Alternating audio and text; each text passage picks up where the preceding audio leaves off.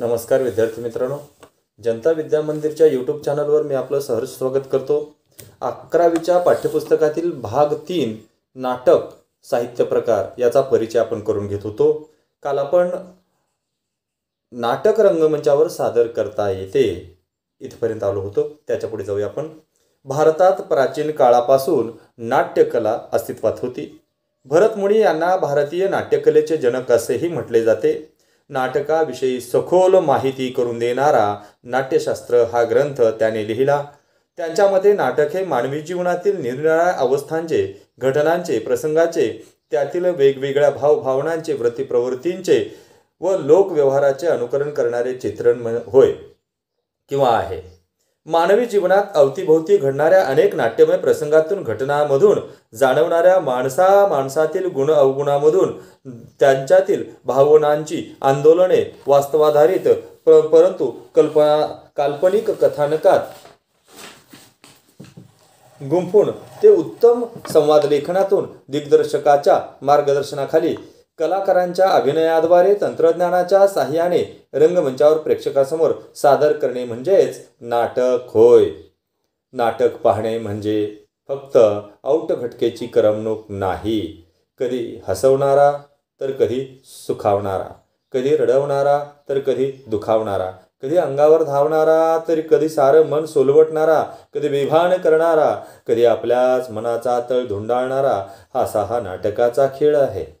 नाटक हा लेखक, दिग्दर्शक, कलाकार, तंत्रज्ञ यांच्या साहाय्याने रंगभूमीवर सादर होणारा आणि त्याचप्रमाणे नाट्यगृहात समूहाने एकत्रितरित्या आस्वाद घेता येईल असा एक उत्तम कलाप्रकार आहे। नाटक हे जीवनाचे चित्र असते आणि ते कलाकारांच्या माध्यमातून रंगमंचावरती आपल्यासमोर सादर केले जाते। डोळ्याने पाहायचे आणि कानाने ऐकायचे म्हणून ही दृक्श्राव्य कला आहे। नाटक हे एक सांघिक कार्य आहे। सांघिक म्हणजे समूहाने एकत्र येऊन, संघाने एकत्र येऊन करण्याचे कार्य। नाट्यसंहितेचे स्वरूप। नाटकात महत्त्वाची असते ती संहिता। नाट्यसंहिता जितकी परिपूर्ण, दर्जेदार, तितकेच नाटकाचे यश खात्रीलायक असते किंवा नाटकाचे यश खात्रीपूर्वक देता येते। शब्द आणि कथानक जितके सशक्त तितकेच नाटक उंचीवर जाणार हे मात्र निश्चित। एक कथाबीज घेऊन नाटककार त्याच्याभोवती घटना व पात्रांची गुंफण करत असतो। कथानकात नाटककार वैशिष्ट्यपूर्ण रचना करून नाटक रंगतदार करण्याचा प्रयत्न करत असतो। यासाठी कथानक दमदार असावे लागते।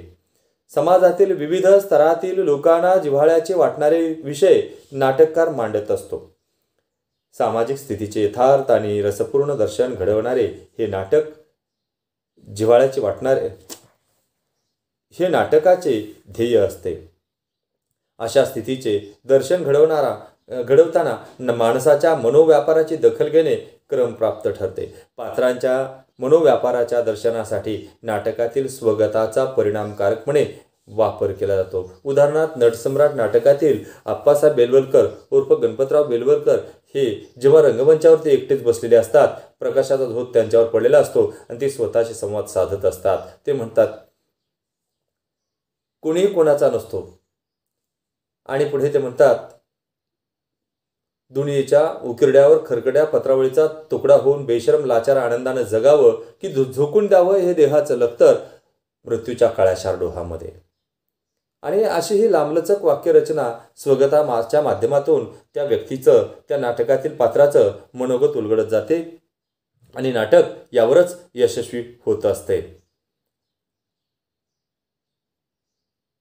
त्यामुळे नाटकातील कथानकाला साजेशी पात्र रचना नाटककाराला करावी लागते। नाटकातील पात्रांचे असे शाब्दिक चित्रण करणे की ज्यामुळे नाटकाचा तोल सांभाळला जाईल, ही जबाबदारी नाटककाराला पार पाडावी लागते। कथानकातील आशयात संघर्षाशिवाय रंगत येत नाही। परस्पर विरोधी स्वभावातून, कृतीतून, भावभावनांच्या ताणतणावातून संघर्ष निर्माण होऊ शकतो। भूमिकांच्या परस्पर नात्यातील संघर्ष, भूमिका व परिस्थिती यातील संघर्ष यामुळे नाटक परिणामकारकपणे वठते। आता तुम्हाला माहीत आहे, एकच प्याला हे नाटक सिंधू, सुधाकर, तळीराम आणि गीता ही परस्पर विरोधी पात्रसृष्टी त्या नाटकामध्ये गडकर्यांनी निर्माण केलेली आपल्याला दिसून येते। नाटकातील सर्वात महत्त्वाचा घटक म्हणजे खटकेबाज संवाद ते चुरचुरीत आणि नर्म विनोदी सुद्धा असले पाहिजेत. त्याशिवाय नाटकाची रंगत वाढणार नाही. नाट्य विषयाला साजेसे संवाद नाट्यकृतीतील आशय योग्य पद्धतीने प्रेक्षकांसमोर पोहोचवतात. आता सिंधू आपल्या पतीला देव मानत असते, तर गीता म्हणते असले हो कसले देव, असल्या देवाची तर खेटराने पूजा केली पाहिजे. अशा प्रकारचे खटकेबाज संवाद, चुरचुरीत संवाद,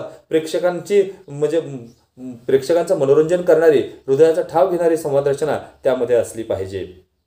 त्यामुळे कथानकाचे अस्पष्ट दुवे जोडले जाऊन संदर्भ स्पष्ट होतात. त्यासाठी कथानकातील प्रसंग बदल, दृश्य बदल, बदललेला काळ इत्यादी संबंधित सूचना नाटककार कंसातील रंग सूचनामधून देत असतो. कथानकाचा प्रवाह सहजतेने पुढे यामुळे सरकत राहतो. आशयाला साजेशी भाषाशैली संपूर्ण नाट्यकृतीला उठावदारपणा देते. त्यातील भाषिक सौंदर्य एकूण नाटकालाच एका उंचीवर घेऊन जाते. नाटक या साहित्य प्रकाराचे वेगळेपण आता आपण अभ्यासू. मानवाने मनोरंजनासाठी, आत्मिक समाधानासाठी ललित कलांचे विश्व निर्माण केले. त्या समाजात नाटक हा साहित्य प्रकार उदयाला आला. त्या समाजात राहणाऱ्या लोकांच्या भावभावना नाटकातून प्रकट झाल्या. त्यामुळे नाटक हा साहित्य प्रकार विषयाच्या दृष्टीने अतिशय समृद्ध होत गेला. ज्ञान आणि मनोरंजन याबरोबरच प्रेक्षक स्वतःच्या अनुभवाचे नाटकात घडणाऱ्या प्रसंगाशी आपलं नातं जोडू लागला. त्यामुळे त्याला ते नाटक आपले वाटू लागले. कथा, कादंबरी, नाटक या सर्व साहित्य प्रकारात समाजाची समकालीन चित्र रेखाटण्याचं कार्य असतं किंवा सामर्थ्य असतं. परंतु कथा, कादंबरी, कविता यापेक्षा नाटक हा साहित्य प्रकार जरा वेगळा आहे, निराळा आहे. बाकीचे साहित्य प्रकार हे वाचकनिष्ठ आहेत, तर नाटक हा समूहाचा आविष्कार असतो. नाटकातील संगीत, नृत्य, वक्तृत्व, अभिनय, नेपथ्य, काव्य, चित्रकला अशा बहुतेक सर्व कलांचा या नाटकामध्ये समावेश असतो.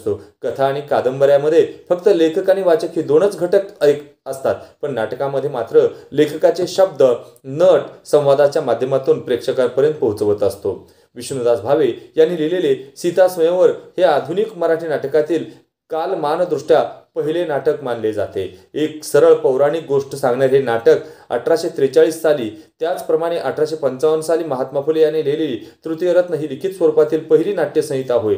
त्यामुळे ललित, गोंधळ, कीर्तन, पोवाडे, दशावतार, तमाशे अशा अनेक कला प्रकार महाराष्ट्रात नांदत होत्या, ज्या काळात नाटक साहित्य प्रकाराच्या उदयास पूरक ठरल्या. या ज्या सगळ्या कला आहेत त्या नाटक या साहित्य प्रकारच्या उदयास काय ठरल्या? सहाय्यभूत ठरल्या. विद्यार्थी मित्रांनो, आज आपण इथेच थांबू.